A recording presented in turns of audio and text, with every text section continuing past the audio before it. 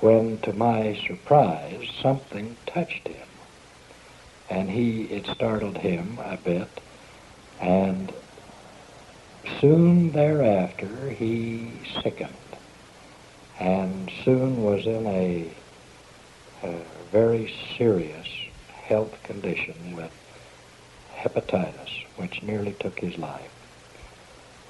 And he subsequently, of course, was not chosen for the Air Corps.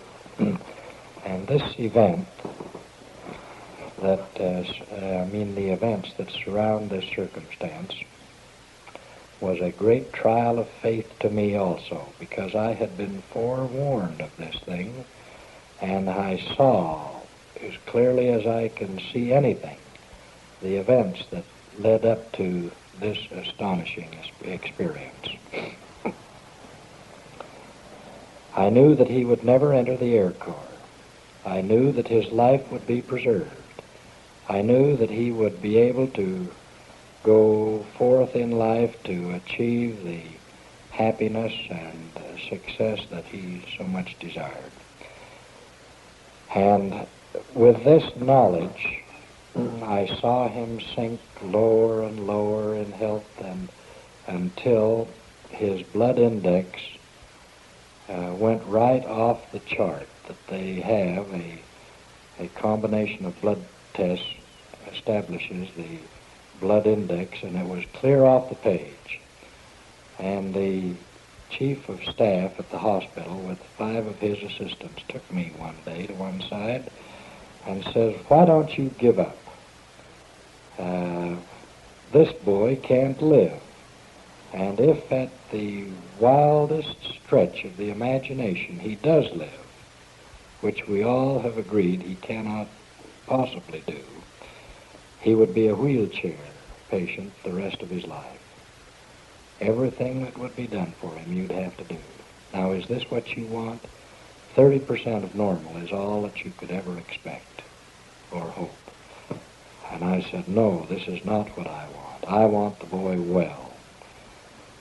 And they said, "Well, this just isn't possible. It can't be."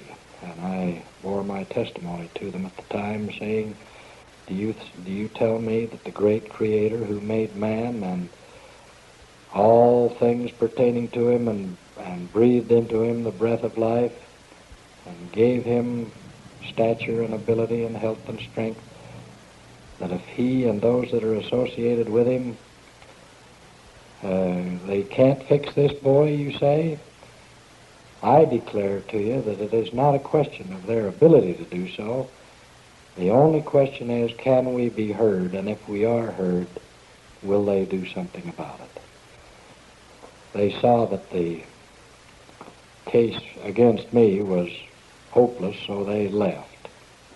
And it was at this time, or shortly thereafter, after I had placed my full confidence and trust in the Lord, a manifestation was given me, for I saw the gates of death open, and this boy was about to enter, when I fell upon him with full purpose of heart, with all my soul, clasped him in my arms, and inwardly cried unto the Lord, saying, "If this boy enters these gates, I go with him," and meant it, and surely would have done so.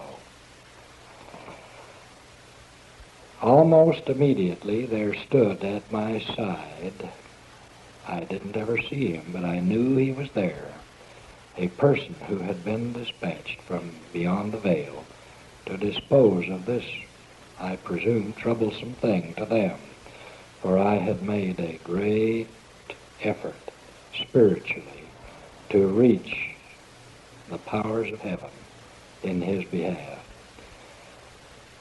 And he stood at my side. I don't know what it was he did, but it was very effective.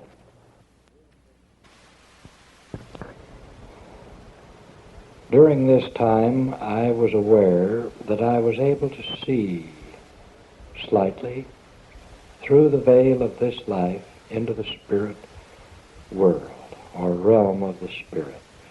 For this person who stood at my side returned almost immediately to the quorum from which he had been dispatched. It was a high council, just as the high councils of our priesthood organization are organized on earth. Marvelous thing. And I was able to see through the film or veil of mortality into the realm of spirit and listen to their conversation. I heard him report. I heard the discussion about me, about the circumstance for which I had been pleading. And I heard the questions and replies of many of the brethren in this council. I saw the presiding officer call for a vote and heard him ask for a vote of the council as to what would be done with this case.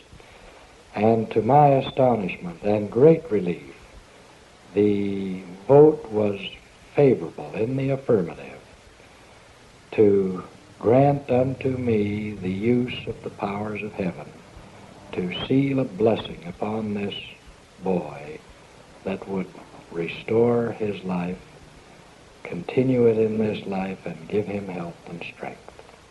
Almost immediately, this person was at my side again, and I think I shall never forget the words that came into my mind as he said, "Bless the boy, and as you speak, so shall it be."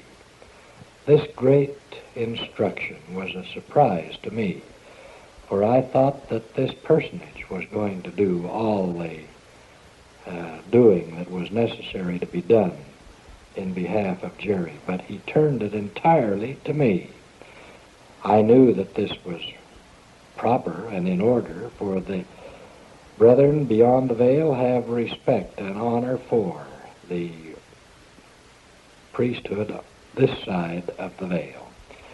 But he had given me permission to use the powers of heaven to seal a blessing upon the boy to restore him to health. For he said, "Bless the boy, and as you speak, so shall it be."